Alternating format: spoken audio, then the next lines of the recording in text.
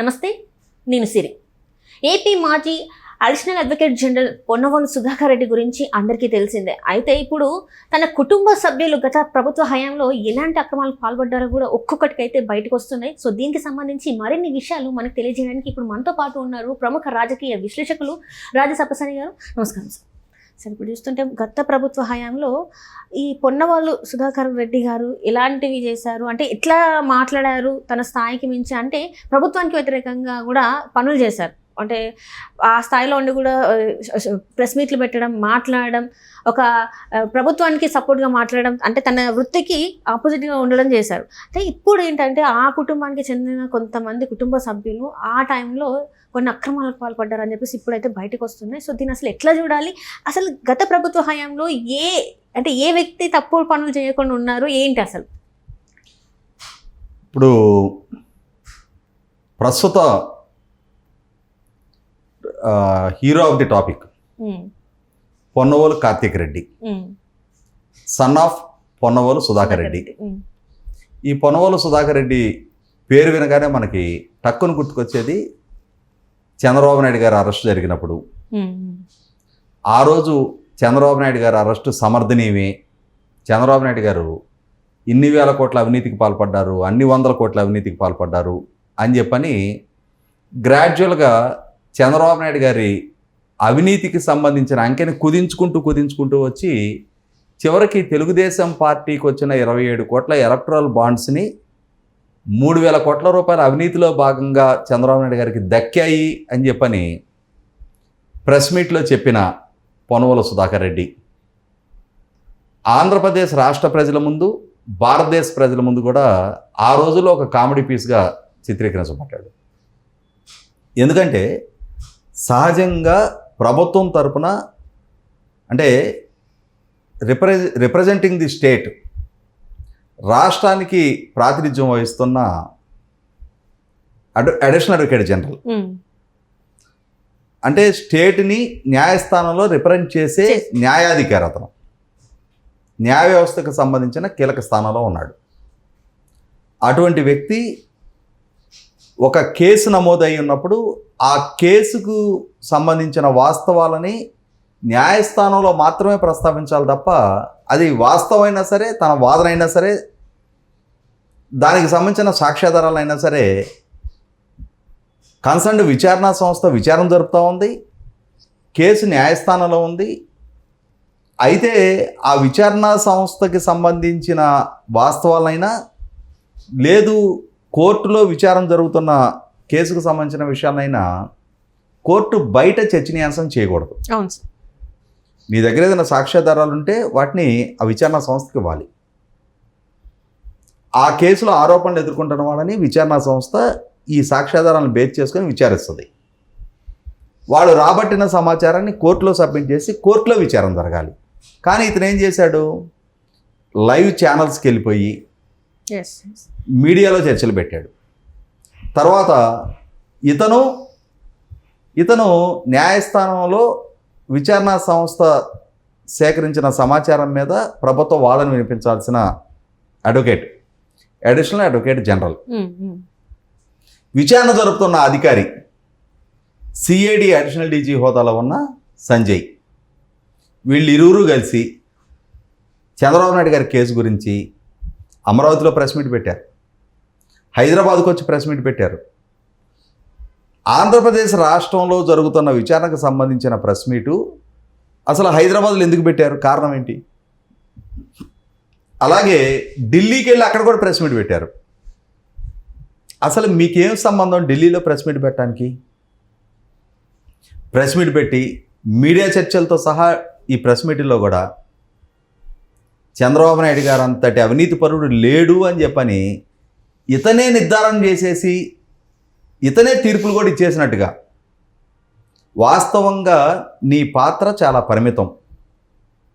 విచారణా సంస్థ దృష్టికి ఏదైనా ఒక ఫిర్యాదు వస్తే దాని మీద విచారణా సంస్థ డ్యూ ప్రాసెస్ ఫాలో అయ్యి ఆరోపణలు ఎదుర్కొంటున్న వ్యక్తులకి నోటీస్ ఇచ్చి వాళ్ళ వివరణ తీసుకొని వాళ్ళ వివరణతో సంతృప్తి చెందకపోతే వీళ్ళ దగ్గర ఉన్న సాక్ష్యాధారాలు వాళ్ళ ముందు పెట్టి వాటికి సంబంధించిన వివరణ అడిగి అప్పటికీ సంతృప్తి చెందకపోతే లేదు ఈ ఆరోపణలు ఎదుర్కొంటున్న వ్యక్తుల పాత్ర నిర్ధారణ అయితే మీరు అరెస్ట్ చేయాలి.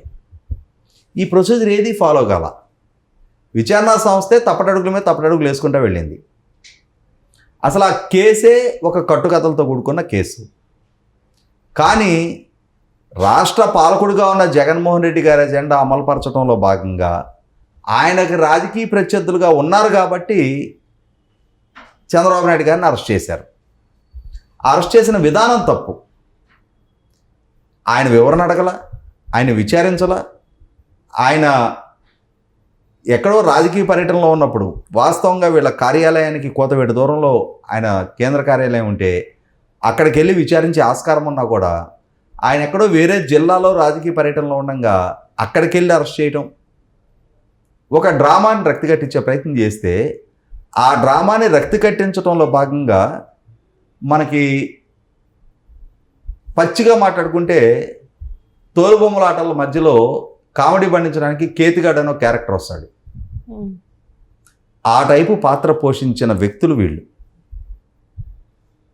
ఇవాళ ఆ రోజు చంద్రబాబు నాయుడు గారు చెయ్యని తప్పుకి ఆయన మీద నిందలు మోపారు, ప్రెస్ మీట్లు పెట్టారు. వాస్తవంగా ప్రజలలో మీ పట్ల ఏ స్థాయి విశ్వాసం ఉంది, చంద్రబాబు నాయుడు గారి పట్ల ఏ స్థాయి విశ్వాసం ఉంది అనేది, మీ మాటలను ఏ స్థాయిలో పరిగణలోకి తీసుకున్నారు, చంద్రబాబు నాయుడు గారిని ఏ స్థాయిలో పరిగణలోకి తీసుకున్నారు అనేది ఎన్నికల్లో ప్రజలకు తీర్పు ఇచ్చేశారు. ఇవాళ ఒక్కొక్కటి భాగవతం బయటపడుతూ ఉంది. ఇదే సంజయ్ గారు ఆ రోజు చంద్రబాబు నాయుడు గారిని దోషి అని చెప్పని నిర్ధారించడం కోసం విపరీతమైన తాపత్రయపడిన సంజయ్ గారు ఇప్పుడు అవినీతి ఆరోపణలో సస్పెండ్ అయి ఉన్నాడు. ప్రభుత్వ ధనాన్ని కొట్టేశాడు అని చెప్పని పూర్తి స్పష్టమైన సాక్ష్యాధారాలతో నిర్ధారణ అయ్యి ఇప్పుడు ఆయన మీద కేసు నమోదై ఉంది. ఇవాళ రేపట్లో అరెస్ట్ కూడా కాబోతున్నాడు. ఇక పొన్నవోలు సుధాకర్ రెడ్డి, ఇవాళ అతను వాస్తవంగా 2019కి ముందు ఆనాటి తెలుగుదేశం పార్టీ ప్రభుత్వం మీద జగన్మోహన్ రెడ్డి గారి రాజకీయ ఎజెండాలో భాగంగా ఆ రోజుల్లో కూడా చాలా పబ్లిక్ ఇంట్రెస్ట్ లిటిగేషన్లో ఫైల్ చేసేవాడు. ఒక్క దాంట్లో కూడా అతను నెగ్గల, అన్నిటికన్నిట్లో ఓడిపోయేవాడు. ఎందుకంటే కేవలం రాజకీయపు ఎజెండాలో భాగంగా కేసులు ఫైల్ చేస్తున్నాడు తప్ప అంటే పబ్లిక్ ఇంట్రెస్ట్ అనేది ఆయన ఫైల్ చేసిన దాంట్లో ఎక్కడా ఉండేది కాదు. దాంతో కోర్టులు కొట్టేస్తూ ఉండేవి. అటువంటి వ్యక్తికి ఇంతకంటే తనకు అనుకూలంగా వేరే లాయర్లు ఎవరు లేక జగన్మోహన్ రెడ్డి గారు 2019 ఎన్నికలకు ముందు తనకి రాజకీయ ఎజెండాలో భాగంగా ఉపయోగపడ్డాడని చెప్పని అడిషనల్ అడ్వకేట్ జనరల్ అని చెప్పని ఒక పదవి కట్టబెట్టారు. ఆ కట్టబెట్టినటం అంటే ఖచ్చితంగా ఎన్నికలకు ముందు జగన్మోహన్ రెడ్డి గారికి ఉపయోగపడ్డారు కాబట్టి తాను అధికారంలోకి వచ్చిన తర్వాత దీనికి ఈ పదవి ఇచ్చాడు. దీన్నే మనం క్విడ్ ప్రోకో అంటాం. ఈ క్విడ్ ప్రోకోని మరింతగా ఎక్స్టెండ్ చేస్తా ఈ టెన్యూర్లో జగన్మోహన్ రెడ్డి గారి రాజకీయ ఎజెండాని ఇంకొంచెం విస్తృతంగా అమలుపరుస్తున్నాడు కాబట్టి జగన్మోహన్ రెడ్డి గారి ప్రభుత్వంలో పొన్నవోలు సుధాకర్ రెడ్డి గారి కొడుకు కూడా లబ్ధి చేకూర్చారు. ఎలా అంటే వాళ్ళ కొడుక్కి మైనింగ్లోకి వెళ్ళాలని కోరిక ఉంది. ఎవరికైనా వ్యాపారం చేసుకోవాలని కోరుకుంటానని మనం తప్పట్లేము.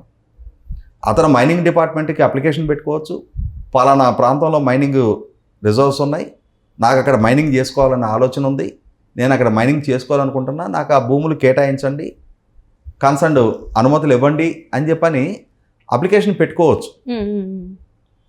యూజువల్గా ప్రక్రియ జరిగిపోతే ఎవరికి ఆక్షేపణ కూడా లేదు. కానీ ఇక్కడ ఏంటి, జగన్మోహన్ రెడ్డి గారికి చాలా సన్నిహితుడిగా చలామణి అవుతున్నాడు కాబట్టి జగన్మోహన్ రెడ్డి గారు రాజకీయ ప్రత్యర్థుల్ని తనకున్న అధికారం ద్వారా వేధింపులకి గురి చేయడానికి తోడ్పాటు అందిస్తున్నాడు కాబట్టి ఈ పొన్నవోలు సుధాకర్ రెడ్డి గారి కొడుకు కార్తీక్ రెడ్డి గారు పెట్టుకున్న అప్లికేషన్ని మిగిలిన అప్లికేషన్లతో పాటు ప్రయారిటైజ్ చేయకుండా దాన్ని స్పెషల్గా ప్రయారిటైజ్ చేసి చాలా వేగంగా అనుమతులు ఇచ్చారు కాబట్టి ఆయనకన్నా ముందు అప్లై చేసిన వాళ్ళని కాదని చెప్పి ఈయనకి అనుమతులు ఇచ్చారు కాబట్టి ఇవాళ అది వివాదాస్పదమైంది. వాస్తవాలు బయటకు వచ్చినాయి. దీన్ని ఇంకొంచెం ఎక్స్టెండెడ్ క్విడ్ ప్రోకో అనవచ్చు. అంటే 2019కి ముందు జగన్మోహన్ రెడ్డి గారికి ఉపయోగపడ్డందుకు ఈ పదవి దక్కింది. ఈ పదవి ద్వారా మరింతగా సేవ చేస్తున్నాడు కాబట్టి కుటుంబ సభ్యులకు కూడా లబ్ధి చేకూర్చడం అనేది జగన్మోహన్ రెడ్డి గారి ప్రభుత్వం ద్వారా జరిగింది. 100% అసలు సిసలు క్విడ్ ప్రోకోలు అంటే ఇవే. ఏం చేశారు వీళ్ళు, 2021 ఏప్రిల్ 30 తారీఖు శ్రీకాకుళం జిల్లా నందిగం మండలం సొంటికనూరు అనే ఊర్లో సర్వే నెంబర్ 1లో 4 ఎకరాల 9.23 హెక్టార్ల కలర్ గ్రానైట్ శ్రీకాకుళం వెరైటీ అంటారు. అది అంటే కొన్ని గ్రానైట్లు కొన్ని ప్రాంతాలకు పరిమితం. ఇప్పుడు సీమకుర్తి ప్రాంతంలో గెలాక్సీ గ్రానైట్ అని ఉంటుంది. అది ఆ ప్రాంతంలోనే ప్రత్యేకం, వేరే ప్రాంతాల్లో ఇంత క్వాలిటీ గ్రానైట్ దొరకదు. అలాగే ఈ శ్రీకాకుళం జిల్లాలో కలర్ గ్రానైట్ ఉంటుంది. అంటే ఆల్మోస్ట్ 10 ఏకర్స్, 12.5 ఎకరాలు, ఆల్మోస్ట్ 5 హెక్టార్లు అంటే హెక్టారు 2.5 ఎకరాలతో సమానం. 5 హెక్టార్లు నిండు అయితే 12.5 ఎకరాలు.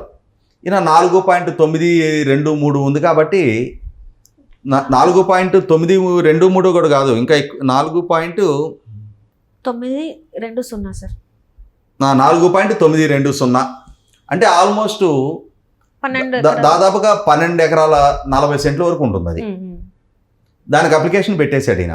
ఏప్రిల్ 30 తారీఖు పెట్టాడు. పెట్టగానే అక్కడ ఎంఆర్ఓ ఇమ్మీడియట్గా దానికి ఎన్ఓసి ఇచ్చేశాడు. ఆ భూమిలో మీరు గ్రానైట్ క్వారింగ్ చేసుకోవచ్చు అని ఎంఆర్ఓ వైపు నుంచి ఇమ్మీడియట్గా. ఎందుకంటే మరి ముఖ్యమంత్రి గారికి సన్నిహితుడి కొడుకు, పైనుంచి ఆదేశాలు వచ్చేసి ఉంటాయి, ఈ ఫైల్ ఇమ్మీడియట్గా పరిశీలి చేయండి అని చెప్పని అక్కడ టెక్కలి మైనింగ్ ఏడీ గారికి అప్లికేషన్ పెట్టాడు. ఇక్కడ గమనించుకుంటే జనరల్గా ఏం చెప్తారు, రాష్ట్ర వ్యాప్తంగా ఈ అప్లికేషన్స్ పెట్టుకోవాలి. ఈ అప్లికేషన్స్ పెట్టుకున్న వాళ్ళని ఫస్ట్ ఇన్ ఫస్ట్ అవుట్ ప్రాసెస్లో ముందుగా అప్లికేషన్ పెట్టుకున్న వాళ్ళకి మొదటి ప్రాధాన్యత ఇస్తామనేది ప్రభుత్వంలో విధానం ఉంది. అప్పటికి 6,000 అప్లికేషన్ రాష్ట్ర వ్యాప్తంగా మైనింగ్ డిపార్ట్మెంట్ దగ్గర పెండింగ్లో ఉన్నాయి. వాటినేటిని పరిగణలోకి తీసుకోవాలా. ఈ పర్టికులర్ టెక్కలి మైనింగ్ ఏడీ కార్యాలయం కింద 600 అప్లికేషన్లు పెండింగ్ ఉన్నాయి. అప్పటికి వాటిని పరిగణలోకి తీసుకోవాలా. మైనింగ్కి సంబంధించి అన్ని అనుమతులు పొంది 200 అప్లికేషన్లు వెయిటింగ్లో ఉన్నాయి. అంటే ఓవరాల్గా 600 ఉంటే అందులో మైనింగ్కి సంబంధించిన అన్ని అనుమతులు తెచ్చుకున్న 200 అప్లికేషన్లు ఉన్నాయి. వాటిని పరిగణలోకి తీసుకోవాలా. కానీ ఈ పొన్నవోలు సుధాకర్ రెడ్డి గారి కొడుకు సంబంధించి మాత్రం ఏప్రిల్ 30 అప్లికేషన్ పెడితే 39 రోజుల్లో జూన్ 8 తారీఖు మైనింగ్ ఏడీ గారు మైనింగ్ డైరెక్టరేట్కి రికమెండ్ చేస్తూ ఈ ఫైల్ పరిగణలోకి తీసుకుందాము, మైన్ అలాట్ చేయొచ్చు అని చెప్పని రికమెండ్ చేస్తూ లెటర్ ఇచ్చేశాడు 39 రోజుల్లో. అంతటి అవ్యాజమైన ప్రేమ. 100 మంది ఆల్రెడీ వెయిటింగ్ పీరియడ్లో ఉండగా వాళ్ళని కాదని దీన్ని మాత్రం ఎందుకు ప్రయారిటైజ్ చేశారు? అసలు క్విడ్ ప్రోకో ఇది. ఆ రోజు ప్రెస్ మీట్లు పెట్టిన పొన్నవోలు సుధాకర్ రెడ్డి ఇవాళ పెట్టాలి ప్రెస్ మీట్, ఇవాళ వచ్చి వివరణ ఇవ్వాలి. ఇమ్మీడియట్గా జూన్ 8 తారీఖు అతను రికమెండ్ చేశాడు. రికమెండ్ చేస్తే చూడు అసలు ఎంత వేగంగా జరిగిందంటే జూన్ 8న 2.963 హెక్టార్లకు సంబంధించి, అంటే సుమారుగా 7.5 ఎకరాలకు సంబంధించి ఇతనికి కేటాయింపు చేయొచ్చు అని చెప్పని డైరెక్టర్కి రికమెండ్ చేస్తూ ఫైల్ పెట్టేశాడు. ఇక్కడ ఇంకా కూడా కొన్ని అంటే ఈ డేట్స్ మెన్షన్ చేయాల్సి వస్తుంది కాబట్టి స్పెసిఫిక్గా ఈ మైనింగ్ ఏడీ దగ్గర నుంచి డైరెక్టరేట్ దగ్గరికి వచ్చిన ఫైల్కి డైరెక్టరేట్ ఇమ్మీడియట్గా రెస్పాండ్ అయ్యి ఇన్ ప్రిన్సిపల్ కన్సెంట్ ఇచ్చారు, ఇతనికి కేటాయించవచ్చు అని చెప్పని.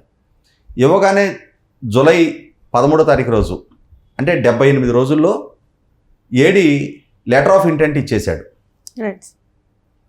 లెటర్ ఆఫ్ ఇంటెంట్ ఇచ్చేయగానే అక్టోబర్ నెలలో దీనికి సంబంధించి సెంట్రల్ పర్యావరణ అనుమతులు తెచ్చుకున్నారు. ఫిబ్రవరి నెలలో 2022 ఫిబ్రవరి నెలలో పొల్యూషన్ కంట్రోల్ బోర్డు అనుమతులు తెచ్చేసుకున్నారు. అంటే ఎంత వేగంగా జరిగిపోయినాయి. కొన్ని వేల అప్లికేషన్స్ పెండింగ్లో ఉండగా ఇతనికి సంబంధించి మైనింగ్ కమెన్స్మెంట్ కోసం అని కూడా పొల్యూషన్ కంట్రోల్ బోర్డు అనుమతులు కూడా కేవలం 11 నెలల్లో మొత్తం ప్రక్రియ పూర్తయిపోయింది 2022 నాటికి. ఏమర్థమవుతుంది ఇక్కడ? వడ్డించేవాడు మనవాడైతే కడబంతినున్నా అందుతుంది, ఇచ్చేవాడు పాలకుడు మనవాడైతే ఎప్పుడు అప్లికేషన్ పెట్టామనేది ప్రయారిటీ కాదు. మనకి పోకిరి సినిమాలో డైలాగ్ ఉంటుంది కదా, ఎప్పుడు వచ్చామన్నది కాదన్నయ్య, బుల్లెట్ దిగిందా లేదా అనేది ఇంపార్టెంట్ అని చెప్పని.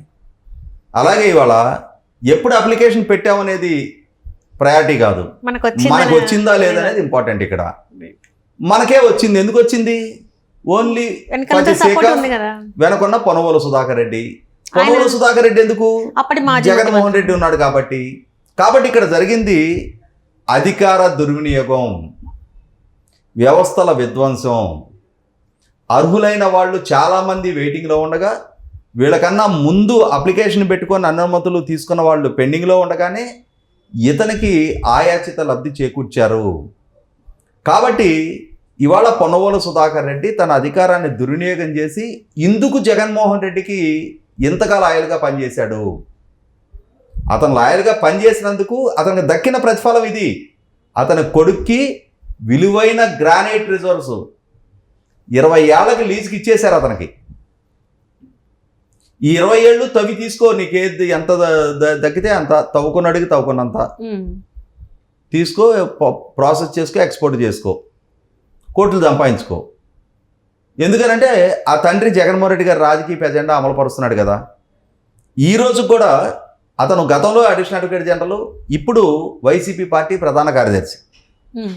ఇప్పుడు కూడా జగన్మోహన్ రెడ్డి గారి తరఫున న్యాయస్థానాల్లో, కోర్టుల్లో కొట్లాడుతూనే ఉన్నాడు, కేసులు వాదిస్తూనే ఉన్నాడు.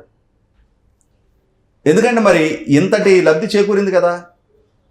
కాబట్టి ఇక్కడ అటు పొనవోలు సుధాకర్ రెడ్డిని ఆ మైనింగ్ డిపార్ట్మెంట్లో ఇంత వేగంగా ఇంతమంది అర్హుల అప్లికేషన్స్ పెండింగ్లో ఉండగా కూడా వాటిని పర్సూ చేయకుండా ఈ విధమైన లబ్ధి ఇతనికి చేకూర్చినందుకు. ఇక్కడ ఇంకొక అంశం కూడా ఉంది. మదనపల్లె దగ్గర కూడా ఒక ముస్లిం మైనార్టీకి సంబంధించిన మహిళ ఒక మైన్ అలాట్మెంట్ కోసం అప్లికేషన్ పెట్టుంది. ఆ అప్లికేషన్ పెట్టుండగా అదే మైన్ తనకి కేటాయించమని చెప్పని ఇదే కార్తీక్ రెడ్డి అక్కడ కూడా అప్లికేషన్ పెట్టాడు. అది కూడా కేటాయించేశారు అతనికి. అట్లా ఎట్లా ఉంటుంది సార్? జరిగింది. మరి పొనవోలు సుధాకర్ రెడ్డి మజాకనా?